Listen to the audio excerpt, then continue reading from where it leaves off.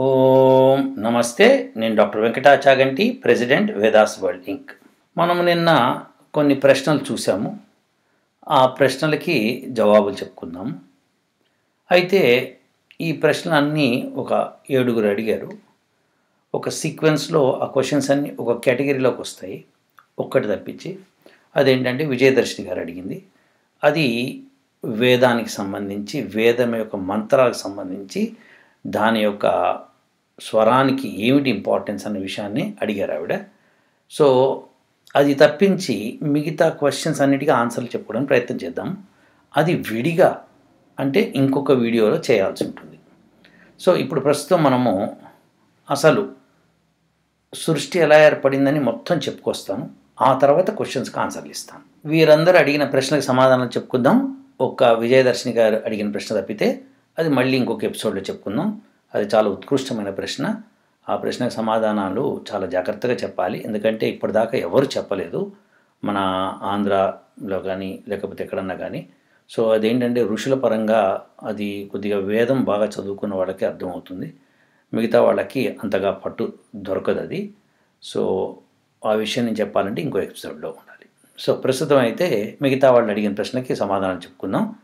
చెప్పుకునే ముందర మనం ఏం చేద్దామంటే అసలు సృష్టి ఎలా జరిగింది అన్నదాన్ని తీసుకొని సాంఖ్య వైశేషిక దర్శనాల ప్రకారం ఎలా జరిగిందో మనం చెప్పుకొని అప్పుడు ఈ ప్రశ్నన్నిటికీ సమాధానం చెప్పుకున్నాం. మొట్టమొదట ప్రకృతి అండి. ప్రకృతి త్రిగుణాలు అని చెప్పుకున్నాం. అంటే 3 రకాల పరమాణువులు ఉంటాయి.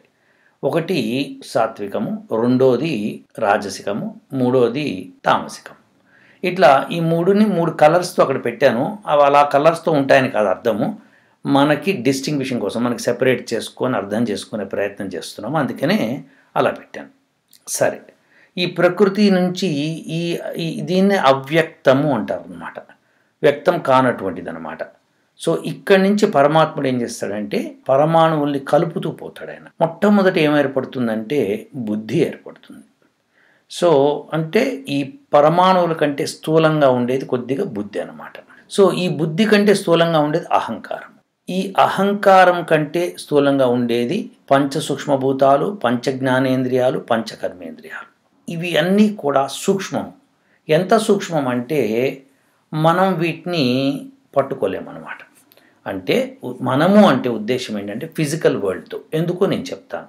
ఇవన్నీ పరమాణువులతో ఏర్పడతాయంటే అవునండి, బుద్ధి కూడా పరమాణువులతో ఏర్పడుతుంది. ఇది మనం తెలుసుకోవాల్సిందనమాట. సో సాంఖ్య దర్శనం బ్రహ్మాండంగా చెప్పుకొస్తున్న విషయాన్ని. అయితే దీన్ని డీటెయిల్గా ఇంకా మళ్ళీ ఒకసారి చెప్పుకుందాం. సూక్ష్మభూతాలు అంటే ఏంటి? మనకి ఏవైతే స్థూలభూతాలు ఉన్నాయో వాటికి సూక్ష్మాలు అనమాట, సూక్ష్మ రూపం అనమాట. తర్వాత పంచ జ్ఞానేంద్రియాలు, పంచ కర్మేంద్రియాలు. ఇప్పుడు నెక్స్ట్ స్టెప్, వీటికంటే స్థూలంగా ఉండేది ఏమిటి అన్నది ఇంపార్టెంట్, చాలా ఇంపార్టెంట్. ఇక్కడ జాగ్రత్తగా వినండి. మనసు. కాబట్టి మనసు వీటికంటే స్థూలంగా ఉంటుంది అన్నమాట, కొద్ది పెద్దదన్నమాట. కాబట్టి మనస్సుతో మనం ఈ సూక్ష్మభూతాలని, జ్ఞానేంద్రియాలని, కర్మేంద్రియాలని పట్టుకోలేమన్నమాట. మనసుతో పట్టుకోలేమంటే ఏంటి? అవి వీటికంటే చిన్నవి కాబట్టి వాటిని మనం పట్టుకోలేము, మనసు ఏర్పడుతుంది. సరే, మనసు తర్వాత ఏం ఏర్పడుతుంది అన్నది ఇంపార్టెంట్. ఇప్పుడు మనము పరమాణువులు 60 పరమాణువులు కలిసి ఒక అణువు ఏర్పడుతుందని మనం చెప్పుకున్నాము. సో అసలు ఈ 60 పరమాణువులు ఏమేమి ఉన్నాయి? ఒక రకమైన సత్వగుణం కలిగినవి, ఇంకోటి రజస్ గుణం కలిగినవి, ఇంకోటి తమస్ గుణం కలిగినవి. సత్వం అంటే సమతుల్యంను పెంపొందించే గుణం ఉంటుందన్నమాట. రజస్ ఏమో వృద్ధిని, ప్రయత్నాన్ని పెంపొందిస్తుంది. తమస్ ఏమో అలసత్వాన్ని పెంచుతుంది, ప్రయత్నాన్ని నిరోధిస్తుంది. ఇలా మనకి ఊరికే గుణాలు అర్థం అవ్వడం కోసం చెప్పుకున్నాం అనమాట. సరే, ఇప్పుడు మనం ఏం చేద్దామంటే 60 పరమాణువులు కలవడం ఏ రకం కలవచ్చు అంటే ఇలా ఒక చిన్న లెక్క వేద్దాం. సత్వం 1, రజస్ 1 తీసుకున్నాం అనుకోండి, తమస్ 58 తీసుకోవాలి కదండి. ఇలా మనకి ఒక పర్టికులర్ అణువు ఏర్పడుతుంది అనమాట. సో అలాంటిది రెండో రకమైంది. ఇందులో మనం రజస్ ఒక్కొక్కటే పెట్టుకుంటూ వెళ్ళాం, సత్వం మారుస్తున్నాము, తమస్ మారుస్తున్నాం. అంటే తమస్ 58 నుంచి తగ్గుకుంటూ పోతుంది. అంటే మొత్తం ఇట్లాంటి రకాలు, ఇట్లా రజస్ ఒక్కొక్కటే ఉన్న దానికి 58 రకాల అణువుల్ని తయారు చేయొచ్చు అనమాట. ఏది? తమస్సు మార్చుకుంటూ పోతే, డిక్రీజ్ చేస్తూ ఉంటే, సత్వం ఇంక్రీజ్ చేస్తున్నాం అనుకోండి.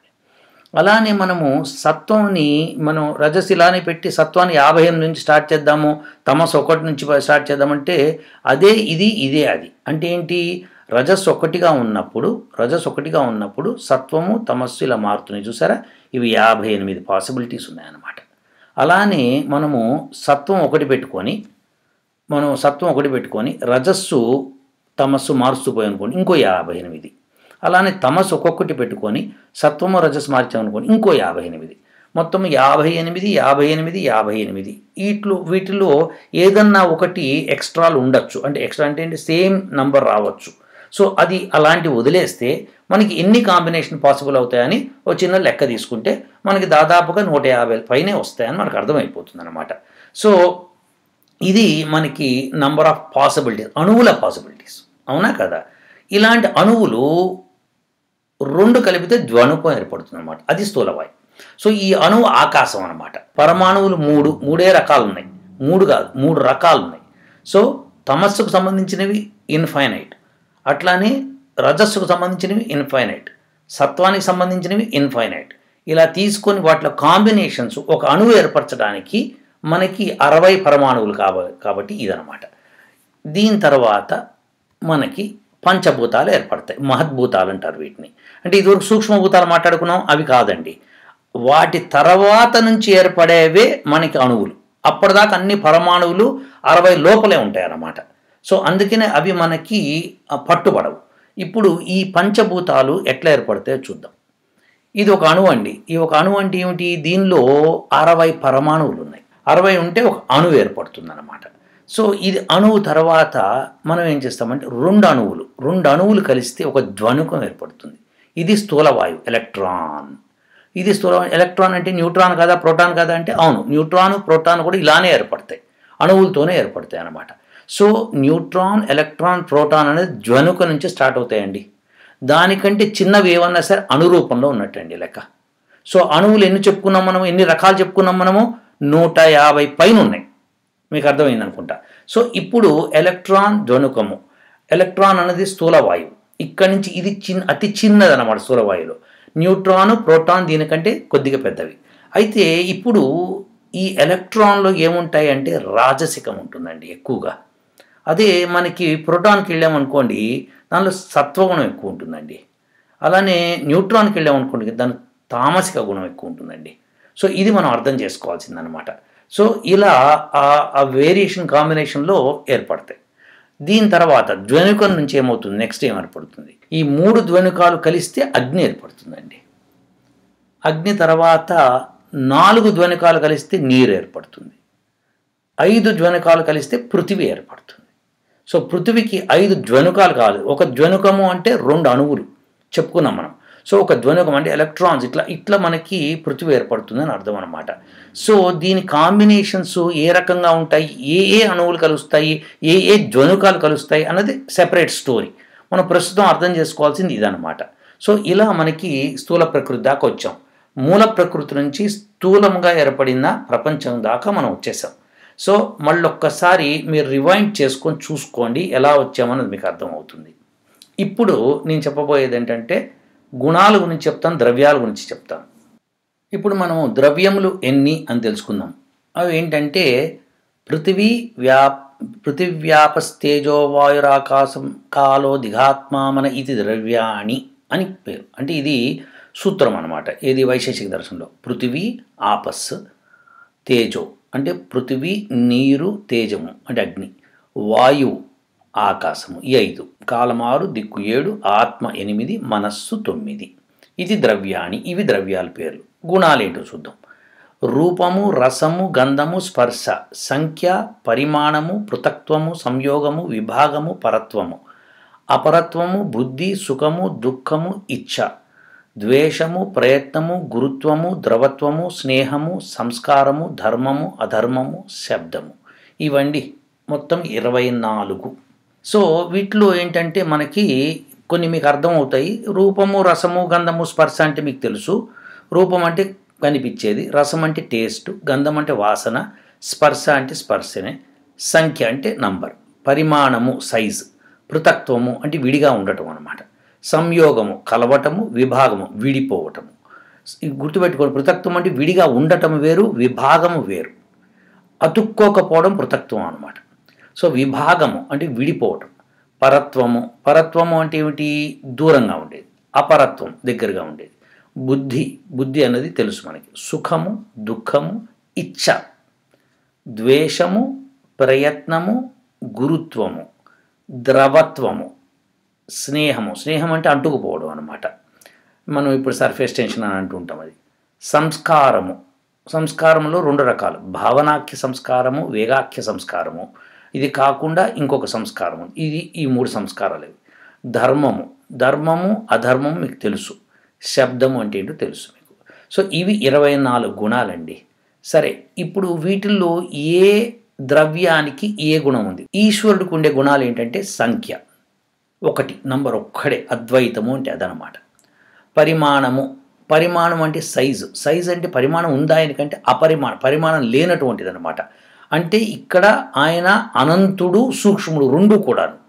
అట్లనే పృథక్త్వము. పృథక్త్వం అంటే ఆయన విడిగా ఉంటాడు, దేనికి అంటుకోకుండా ఉంటాడు. సంయోగం. మరి అంటుకోడంటున్నాం, సంయోగం ఎట్లా వస్తుంది? దేంతో సంయోగం ఏర్పడుతుంది అంటే మనకి మోక్షం వచ్చినప్పుడు మనతో అనమాట. విభాగము. విడిపోవడం మోక్షం నుంచి బయటకు వచ్చినప్పుడు అనమాట. బుద్ధి. ఆయనకి బుద్ధి ఉంది, జ్ఞానం, అదే జ్ఞానం అంటే. ఇచ్ఛ. ఇచ్ఛ అంటే ఏమిటి? ఈ సృష్టి చేయాలన్న కోరిక. ప్రయత్నం. ప్రయత్నపూర్వకంగా చేస్తాడు కాబట్టి ఈ 8 గుణాలు ఆయనకు ఉంటాయి. ఇవి తప్పించి ఇంకే గుణాలు ఈశ్వరుడిలో లేవు. ఆత్మ. ఆత్మకి ఏముంటాయి? ఆత్మ అంటే మన జీవాత్మ అన్నమాట. సో ఈశ్వరుడికి ఆత్మకి డిఫరెన్స్ ఏంటో చూద్దాం. సంఖ్య, పరిమాణము, పృథక్త్వము, సంయోగ, విభాగాలు ఈ 5 ఉంటాయండి. బుద్ధి, ఇచ్ఛ, ప్రయత్నం, ఈ 8 కరెక్ట్, డెఫినెట్. మనకి సుఖము, దుఃఖం కూడా ఉంటాయండి. ద్వేషం కూడా ఉంటుంది, భావనా సంస్కారం ఉంటుంది, ధర్మము, అధర్మము, ఇన్ని ఉంటాయండి. 14 గుణాలు ఉన్నాయండి మనకి.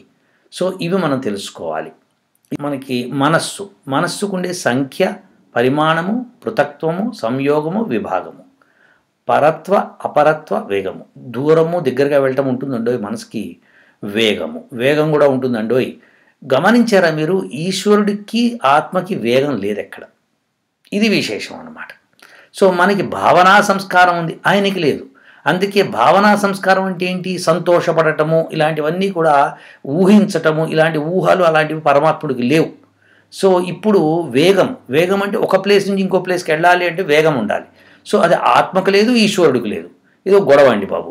సో మనసుకు మాత్రం ఉంటుందండి. సో నెక్స్ట్ కాలము.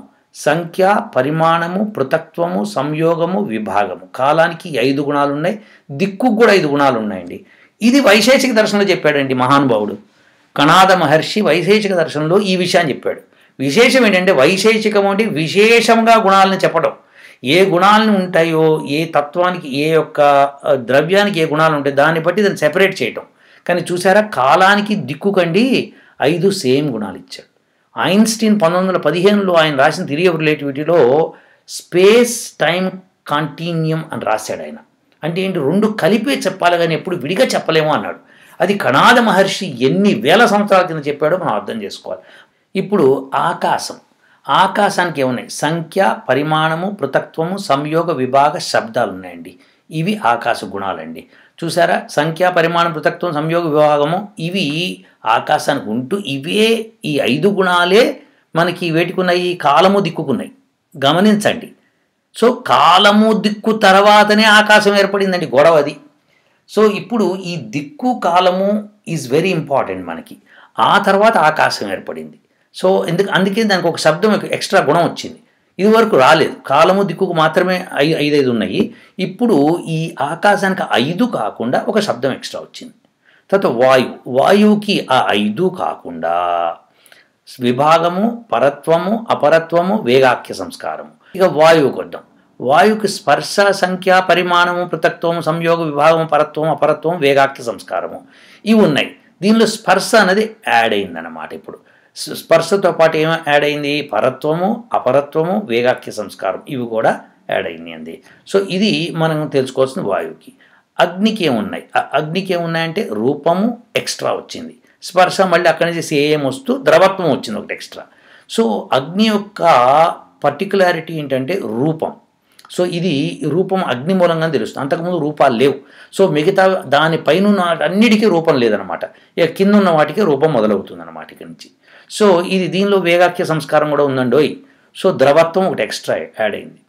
అయితే మీకు జలంలో చూడండి, జలంలో కూడా రూపము రసము, అయితే స్పర్శ రూపము వాయువు అగ్ని నుంచి వస్తూ రసం దీని యొక్క ప్రత్యేక గుణం. మిగతా వాటికి పైన వాటికి లేదు రసం అన్నది. తర్వాత ఇక దీనిలో మనకి ఎక్స్ట్రా వచ్చింది ఏంటంటే గురుత్వం కూడా వచ్చిందండి, బరువు కూడా వచ్చిందనమాట. తర్వాత స్నేహం ఒకటి వచ్చిందండి, అతుక్కునే గుణం అనమాట. ఇగో ఇక్కడ స్నేహం చూసారు లాస్ట్కి, అదనమాట. సో మనం తెలుసుకోవాల్సింది ఏంటంటే ఈ స్నేహం జలం యొక్క ప్రత్యేక గుణం. వాయువుకి స్నేహం లేదు, కానీ ఒక మాట వాయువు మనకి అతుక్కున్నట్టుగా అనిపించింది అంటే దానిలో జలం ఉందని అర్థం చేసుకోవాలన్నమాట.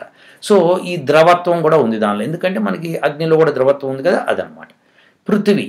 పృథివీ అన్నది రూపము రసము స్పర్శ సంఖ్య అవన్నీ సేమ్ జలంలాగా, దీనిలో గంధం వస్తుందన్నమాట.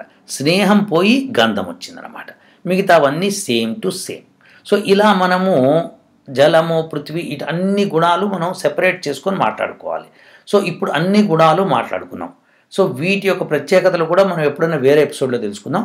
ప్రస్తుతం ఏంటంటే అసలు సృష్టి ఎలా ఏర్పడింది అని మొత్తం చెప్పుకుంటూ వచ్చాం కాబట్టి ఇప్పుడు మనము వీళ్ళు అడిగిన ప్రశ్నలకు సమాధానం చెప్పుకుందాం.